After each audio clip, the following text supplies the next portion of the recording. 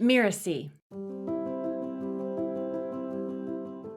Actually, it's a little bit of a mental shift for most coaches, but if they're willing to make that shift, it makes things so much easier. Like, I have sat in so many rooms of people like trying to figure out what their audience might want, and it's essentially like a big guessing game. Ever wondered how to crack the code in your coaching business and finally break through those frustrating barriers? Today, we're diving into the essential strategies that can help you unlock success and get unstuck in your coaching practice. I'm Melinda Cohan, and you're listening to Just Between Coaches. I run a business called The Coaches Console, and we're proud to have helped tens of thousands of coaches create profitable and thriving businesses. This is a podcast where we answer burning questions that newer coaches would love to ask a more experienced coach. Running a successful coaching business can feel like a complex puzzle, and many coaches hit a wall wondering what is going wrong. In this episode, we'll uncover the key strategies you need to crack the business code, and my guest will share her insights and stories to help you move forward.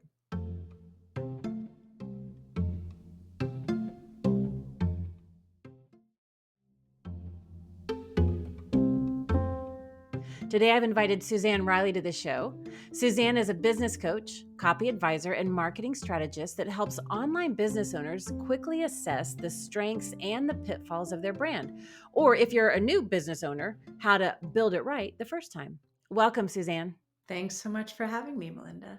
I love this topic. I mean, this is what I've been doing for 20 years. And so I am thrilled to have you on the show. And before we dive in, would you mind sharing just a little bit of your background? Sure. So I actually have a degree in exercise science, and I got started with this whole industry as a personal trainer. I was well trained and great at what I did. And then I really wasn't expecting this, but really any job that I wanted to get, I had to get my own clients. So I started working in a gym, and they gave me like floor hours and a stack of agreement forms. And I had never taken a business course, marketing course, anything in that realm. And so it was a really uphill learning curve that I did figure out quite quickly, and was able to book, I believe, 25 weekly sessions in like 2 months, just because I had to, but it was really uncomfortable. And I met such great people, and I realized that this process did not have to be pushy or icky. It's really just a process of people who needed help, and I had that ability to help them. And we made that connection, and it was wonderful. So I really just kept learning from there.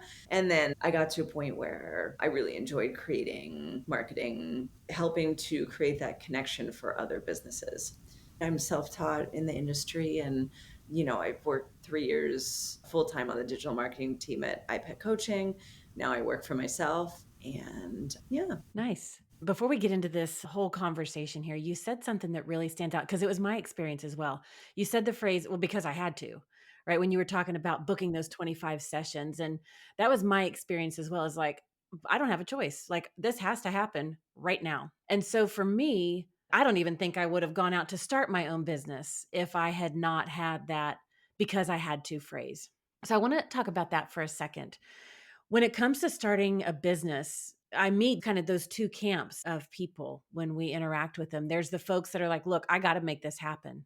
And then there's the folks that are like, wow, this is going to be awesome. And this would be really nice. What's the difference in that mindset of, oh, this is going to be really awesome and this would be really nice and I really want to versus I have to do this? There's not an option. Does that play a role in how we create success? That is a great question. I think there are pros and cons to both. When you have to do it, sometimes that can stifle the results. Sometimes it's the aggression that you need to kind of push it forward into happening. So there are pros and cons. But when things get really hard, people tend to kind of tread water a little. There's really no better or worse, but those are the things I've noticed that happen in those two spaces. Yeah, it really is a fine line like that. This has to work because I had just been fired. And I was like, okay, Mhm. I'm not going to get another job. I was recently divorced. I had mortgage and bills. And I'm like, oh, hello, it's me. I had to really pay attention so I didn't tip over into the desperation category of things, but just Yeah. really stayed in that fiercely committed thing. But then the other side of it that I see in that, oh my gosh, this would be really nice, or I would love this. What I see happens, like you said, they just not necessarily enough. It's that state of ambivalence where they want it pretty bad, but not bad enough that when it gets tough, they're like, ugh, maybe I'm not cut out for this. And so we have to be careful between that desperation and that ambivalence. Whichever camp we find our footing in is really going to drive everything else that we're going to talk about today. Whether you were forced like me, having been fired, or it's just a conscious choice, maybe you left a job, maybe you're whatever it is, to find that kind of commitment is a game-changing experience when you're starting a business.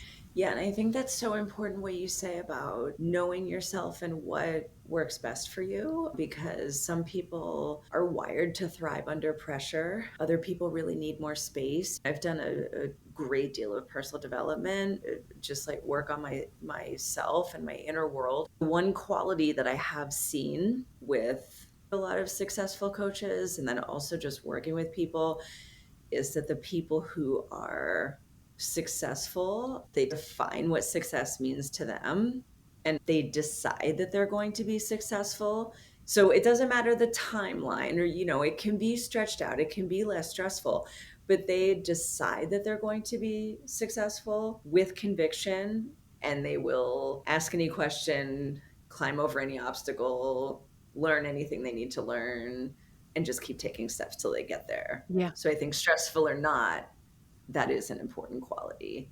Yeah, that conviction, that drives the commitment, right? The commitment drives the conviction. They go hand in hand and they have to be present. One of the things I often say is having your own business is the best form of self-help, maybe next to being a parent. I'm not quite sure which one kind of takes the lead sometimes, but my goodness, if you don't want to work on yourself, do not start on your own business. I 100% agree. I'm not a parent, so I can't weigh in on that comparison, but it's deep and rich and like crunchy at times. It is the personal growth journey of a lifetime. Yeah.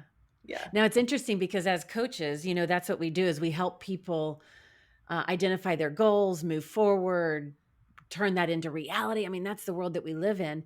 And I think one of the greatest questions as a business owner that we can ask ourselves is, who do I need to become? How do I need to show up? What do I need to think? What do I need to say? How do I need to act for those goals to be a reality? And I think that's also a significant part of laying a very strong foundation in creating success in your business, is looking at, who do I need to be? How do I need to show up? definitely. Now, let's talk about that crunchy part for a second. So, a lot of coaches, they have their enthusiasm, they go out and they get started and they might have some great traction. And a lot of them, they'll get stuck early on. And how can they start figuring out what's holding them back, maybe beyond some of the things that we've already started talking about? Yeah, so I think there could be many approaches here, but I think one of the things that happens is we as coaches can be very passionate people and we really want to help others. And so there's just this like outpouring of passion and excitement and interest in wanting to connect with people. And that is a wonderful thing. And that can drive a big part of success. But also, there are these counterintuitive aspects of business and marketing that people don't always expect. So they go out and they share their website or share their offer or start talking to people. And sometimes they make connections, and that's perfect. I know people who sometimes they're just in great alignment and they just talk to people and they do really well. So that's perfect, and absolutely celebrate that. And I think other people sometimes get stuck with, say, for example, their messaging can be a little bit too vague. So it isn't as engaging with people, or they don't understand the type of ideal client that they want to work with. They're not speaking the customer's language, or they're stuck on how to price their services, but a little bit of competitor research, a little bit of industry research, a little bit of inner work connected to that could take them a long way. I think people in all industries underestimate what it really takes for marketing and business to work. Yeah, and you listed 3 of those critical areas, right? Their messaging, who they're actually talking to and how they price their services. All of that can lead to lack of engagement. It can lead to not feeling confident when you're putting yourself out there. Those are three really key foundational aspects. And like you said, coaches are so passionate, but it can also blind us at the same time. And we can only pursue our business from our passion. We have to put on the hat of the business owner and really learn about what does it mean to have a business? What are the areas that I need to look at? And so we've got to pay attention to those elements, and those three elements that you listed. That's putting on the business owner hat and saying, okay, what do I need to understand about this? How do I need to understand this? And what do I need to learn? So why is it essential? Let's look at one of those.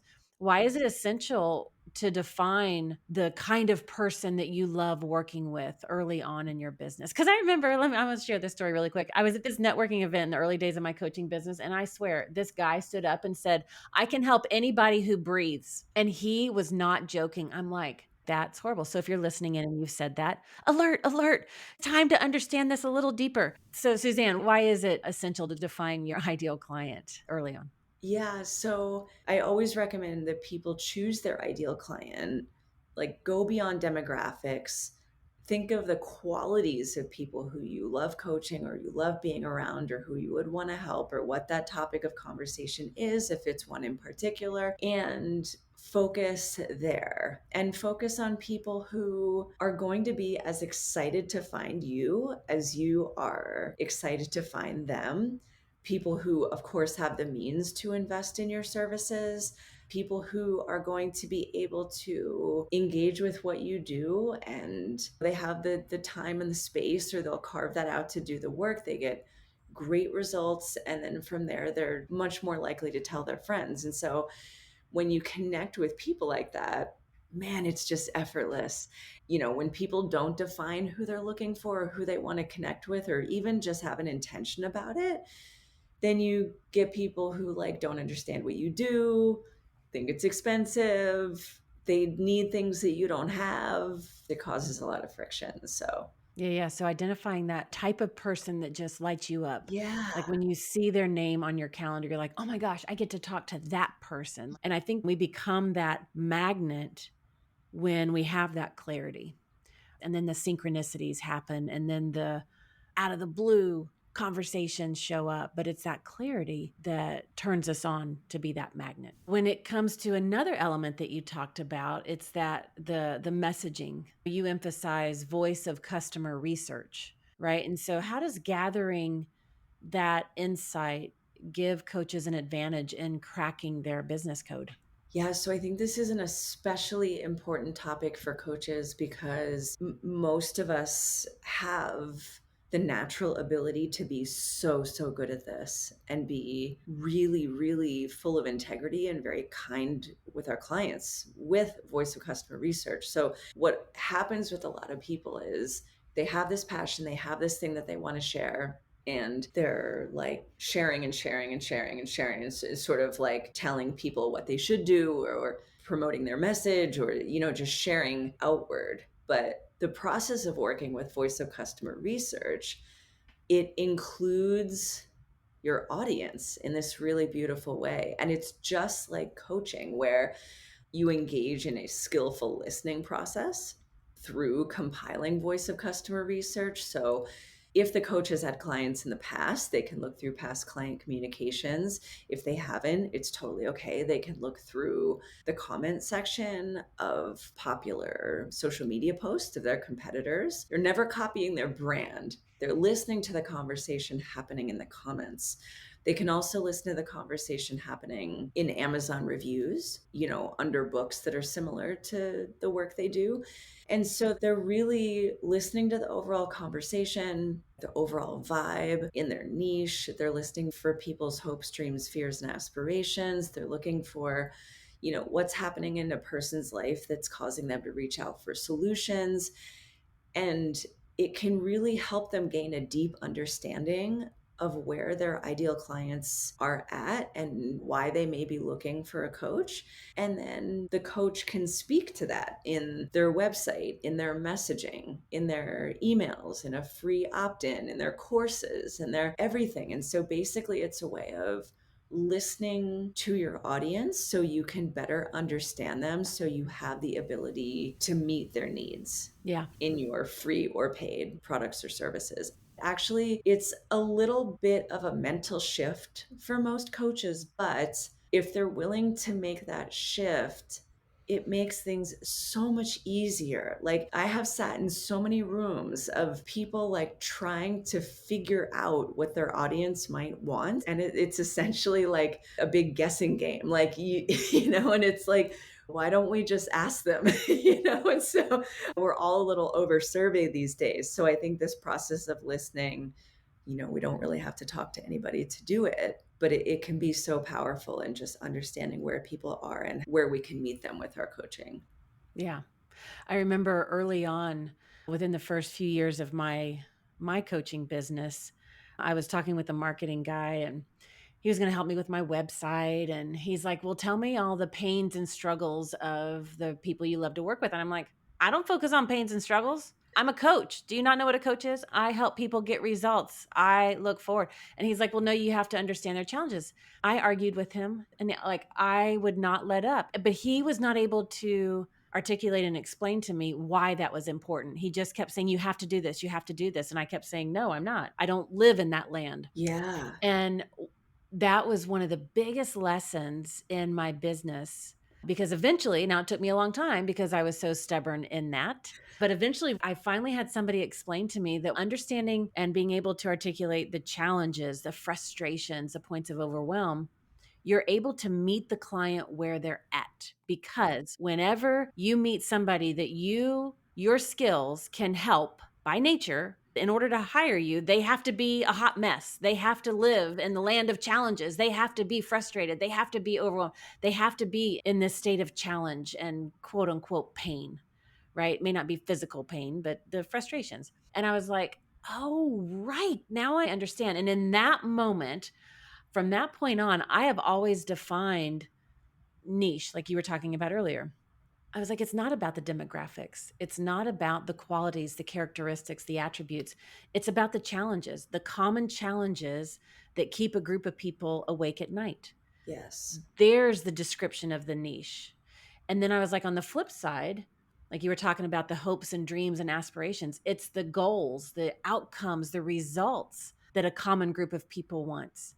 Understanding that, that's the description of the niche. Because I used to find it so like fingernails on a chalkboard when people would say, pick a niche down, get more specific, get more, niche more, niche more. And I'm like, no, because I'm like, I don't want to work with fewer people. I want to work with more people. Right. And as soon as I had this aha, and I was like, oh my gosh, it's about the description of the challenges and it's about the description of the outcomes. Whoever is facing that, I'm here to help those people. And so I've been teaching that niche approach very differently ever since. And ever since that clarity, meeting them where they are, they're like, oh my gosh, you get me.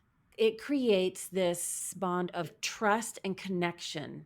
And that is what's so beautiful. And there's where we turn on that magnet, right? When we're talking about attracting.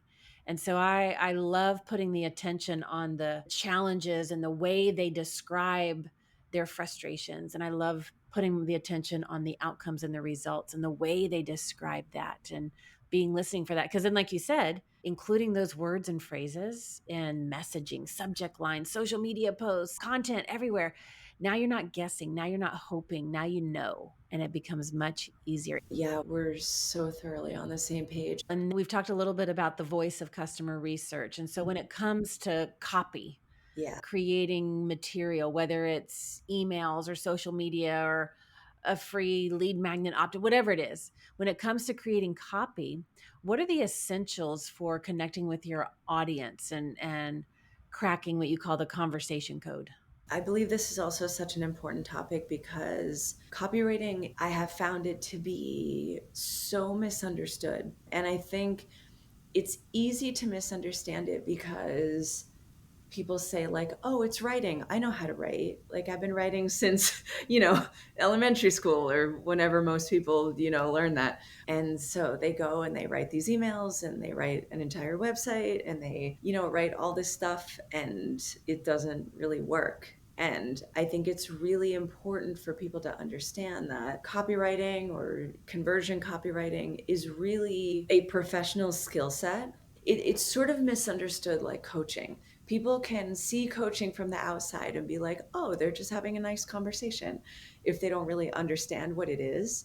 And so I think copywriting can seem like it's just writing, but really it's a process of writing in a way that engages the reader and invites them to take the next step with you in your business. And I want to call this out because I think it's a really important point for coaches that copywriting exists on a continuum where, at one end of the continuum, it's like just nice words on a page, it's not engaging at all. At the other end of the spectrum, there are people out there who are like deeply researching the dark arts of persuasion, and they will generate insecurities for people and then wrangle them to get the sale at like any cost. That's not my vibe. I'm not into that. I have had a lot of success in the middle of that continuum where I'm using copy principles, I'm crafting emails, web pages, all that stuff to be engaging. I'm inviting people to take a specific next step in my business or in my clients' businesses, and then assessing how well that performed. So I just wanted to say that about copywriting because that comes up of people being like, oh, I don't want to be like manipulative, but we do need to be engaging enough. Yeah. Right. We need to be engaging. We need to, like I said earlier, we need to meet them where they're at. Yes. We need to help engage them so that when they're ready, they can take the next steps, Yes. but not manipulate them. Right. And so being of service, it's a fine line. It is. And I love how you expressed it as that continuum. And I would imagine that a lot of people listening into this podcast are also going to agree that it's not their vibe to get into the dark arts of persuasion. Although I do love the psychology behind it. I love understanding why people think the way they do or why they act the way they do. And so I love the psychology behind engaging copy, but not that dark, shadowy, persuasive, manipulating. So it is something to pay attention to. And I want to share another tip here when we're talking about copy, because copywriting still takes diligent effort for me after all these years and all the classes I've taken. And it was something that I overlooked. You're like, oh, I can write. And I quickly discovered that like writing papers and the correct way of writing and grammar does not necessarily translate to copywriting. And when somebody finally said the conversational style of writing, I was like, oh, and I could turn off my perfectionist, got to get an A plus, make sure all commas are in the right place. And I was like, let me just have a conversational style of writing. It helped me to wrap my mind around creating copy that is compelling and engaging with people. And it took me a lot of classes and a lot of time to understand what seems so natural, but it is not natural for me. So it's another important skill set when we put on that business owner hat that we really have to pay attention to is creating the right kind of copy, not just the right words or phrases, but the right style, the right format. Definitely. First, I majorly want to acknowledge that in my experience, it is much easier writing copy for other people's brands than it is my own. If any coaches are decent at any kind of writing, it's worth their while to learn the skill set. Me personally, I learned it through Jeff Walker's Product Launch Formula. I also learned through Copy Hackers, Joanna Weave's company. And I haven't done it myself, but I believe StoryBrand is pretty solid. It's really worth looking into becoming trained in writing copy because it's such a high value skill set. Yeah. And when you can write it for your own business, number one, you can save so much money. And number two, if you want to overhaul something, you can just hop in and make stuff when you Yeah. need to, Yeah. which is, it's very helpful. Now, let me ask you this. Can you share, protecting the confidentiality of the client, but can you share a story of a client who they were feeling stuck in their business? What was it they were doing wrong? How did you help them? turn things around. Can you share a specific moment with our listeners? There are a bunch of examples I could share, but I think there's one that illustrates a pretty important point in how to troubleshoot things in a person's business.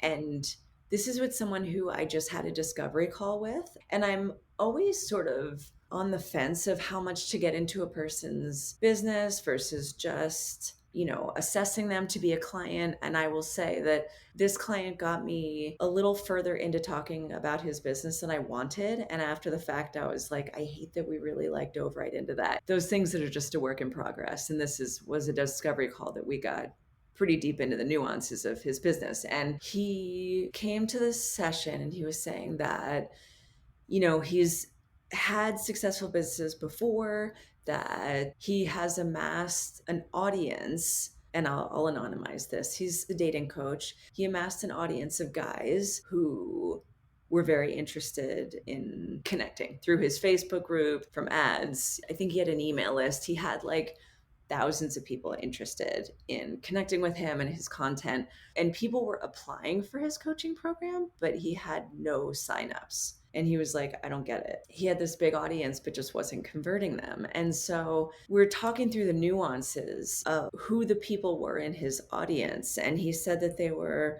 guys who were recently divorced. And his coaching program was for a high-end life optimization for men. So talking around this, we realized that the guys in the group were raising their hands like, yes, I absolutely want that. But they were so freshly out of a divorce that they needed a grief counselor. They were not in a place, maybe they could be there in a few years or however long, each person's process was, but they were not at all in a place where they could really engage in a coaching program like that. We're sort of co-creating and figuring that out together. And he was like, yeah, that makes total sense. That's what, of course they all want that, but they're not in a place to engage with that. And their finances are all messed up. So I mentioned to him, the next steps would be to either find a different way. He had this pretty big audience. So the next steps would be to find a way to engage with that audience, maybe bring some other resources in. And then depending how he wanted to go about it, he could either stick with this audience or he had this kind of dream audience that was ready and available for him for the vision he had for his coaching program. So it's like, you can start the process of connecting with them. And I don't know what he ended up doing because we didn't work together, but it's such an important illustration of the value of knowing and understanding your ideal client and creating experiences and offers that are specifically tailored to them. Having an understanding of what else is out there in the marketplace for sure, and pricing things appropriately. And I think also there can be this really natural inclination to take actions in marketing and then say, okay, where are the clients? It can be similar to meeting strangers on the street and having this nice little conversation and then being like, oh, but I'm not married. What happened? There are usually more steps in between there. So I think it's important for people to understand their customer journey in just where people are and what they're ready for, and not really just look to say the first step and then assessing if you get clients, but looking at what we call micro conversions of okay, how many people came to your website? How many people opted in for your free email thing? How many people opened the first email? How many people engaged with the second subject line? There are all these little places where we can gauge people's interest. It's just another way of listening and then be able to respond to them appropriately. Yeah, nice. Now, I want to summarize what we've covered so far in the conversation today, because we took a journey, and I love where we started to that distinction between the because I had to and it would be nice, like that fine line being a business owner and pursuing your own business of ambivalence and desperation. And I love how you shared know yourself, because some people perform better under pressure, some perform better with space. So it's not a good, bad, right, or wrong. Just know yourself when you're getting started. I also love that you gave two qualities of successful business owners. They define what success means to them. So important. We think we know, but defining it and then deciding it. I love define and decide. I love those two qualities that you gave us. You gave us 3 areas. If you're feeling stuck, look at these areas, the messaging, identifying your ideal person, the pricing. We got into a couple of those, which was really good. I loved our conversation about creating compelling copy to really engage the right kind of people. And then at the very end, talking about knowing your customer journey, that's so important, and it can help decide the difference between having a lot of interest and no people signing up versus having a lot of interest and a lot of people signing up. So, Suzanne, thank you for sharing all of these elements with us. Do you have any parting words for our listeners today? Just keep learning and growing. The whole process of being in business and digital marketing is a natural process of testing and iteration. So put together the best offer you can based on the research, based on what you believe people would love, price it based on competitor research, and then see how it performs. Make sure you have a good number of people come through it before you scrap it. So it's just this ongoing process of making these strong hypotheses, testing it to see how it goes, and then refining it to try to make it better. So see the long-term vision and keep asking questions, and you can get there. Beautiful. Thank you for listening to this episode of Just Between Coaches, and also a big thank you to Suzanne for this great conversation. You can find out more about her at SuzanneReilley.com. That's Suzanne, Suzanne, Reilley, Reilley.com. And in the show notes, you'll find the link to her website and the free workshop, 11 game-changing strategies for increased business revenue and a steady stream of clients. Suzanne, thank you so much for coming to the show. Thanks again for having me, Melinda. I'm Melinda Cohan, and you've been listening to Just Between Coaches. Just Between Coaches is part of the Mirasee FM podcast network, which also includes such shows as Once Upon a Business and Course Lab. For more great episodes of Just Between Coaches, follow us on Mirasee FM's YouTube channel or your favorite podcast player. If you enjoyed the show and want to help spread the word, please leave us a 5-star review and tell your friends. Thanks, and see you next time.